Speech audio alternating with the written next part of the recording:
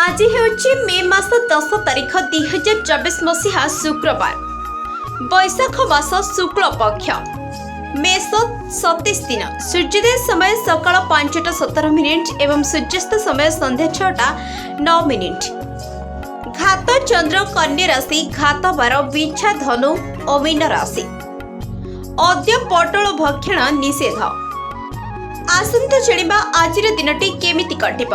मेष राशि, आज जहा हेउना कहीं आपण निज आत्मीय मानक सह कଳି करिवे नाही। परिस्थिति जेमिति हेउ मध्य आपण कଳି ठारु दूरे रुहंतु।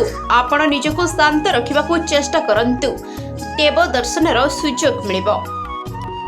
वृष राशि, आज निज लोकमानक सहित मिसिबार संभावना रहिछि। एहा आपनको हठात खुशी आनिदेव। आपणकर पुराणा बंधु आपणकर हृदयर बहु निकटतर अटंती। आकस्मिक विपद हेतु सतर्क रुहंतु। मिथुन राशि, आज आपण जानिबाकू पाइबे जे सत्तारे थिबा लोकमानक सहित आपणक संबंध प्रगाढ़ अछि। एथिरो केही लोक आपणकर सहाय्य पई आगे आसिबे। पुरातन समस्या समाधान रो अवसर मिलि पारे। कर्कट राशि, जदि आपनको एमिति लागे जे आज आपनको कोनोसी असुविधा रे एका पड़ी जाइछन्ति ताहेले आपनको आपणकर बंधु किंबा परिवार समस्ते सहाय्य करबाकू आगे आसिबे।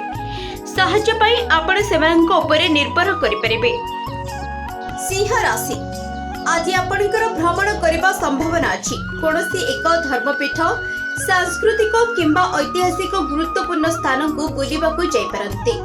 एहा एक कम समय रे यात्रा होई पारे, किंतु आपनक जीवन रे एहा गुरुत्वपूर्ण हेबो। कन्या राशि, आपनकर एवं आपनक परिवार मध्य रे समस्या गुरुत्वपूर्ण भाव रे चलुछि।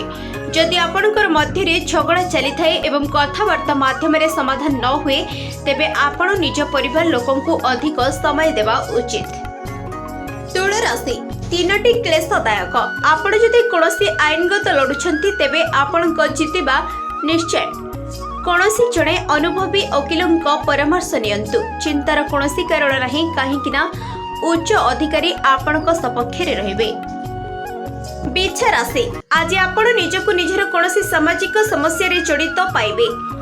एथिरु मुकुलिबा पई कूटनीतिर सहाय्य नियंतु। एही समस्या आपनक द्वारा होई नथिले मध्य आपण जड़ित होई जाइछन्ति। गुरु गुरुजनक निंदा व्यथा दे पारे। धनु राशि, आजिर दिन निज परिवार लोकंक सहित रहिबा पई शुभ दिन अटे।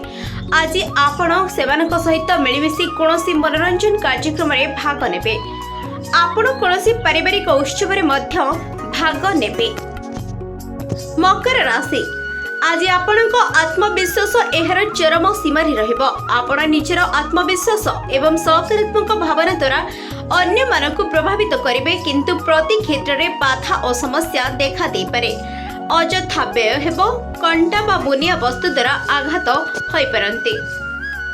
कुंभ राशि, आपनको हठात एक हजि जाइथिबा वस्तु किंबा मनोवांछित द्रव्य मिलि पारे।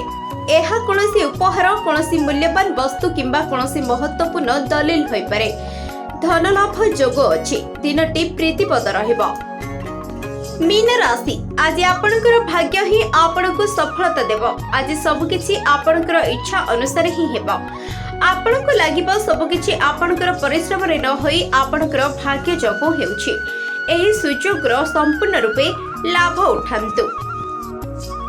Bureau report, The News today.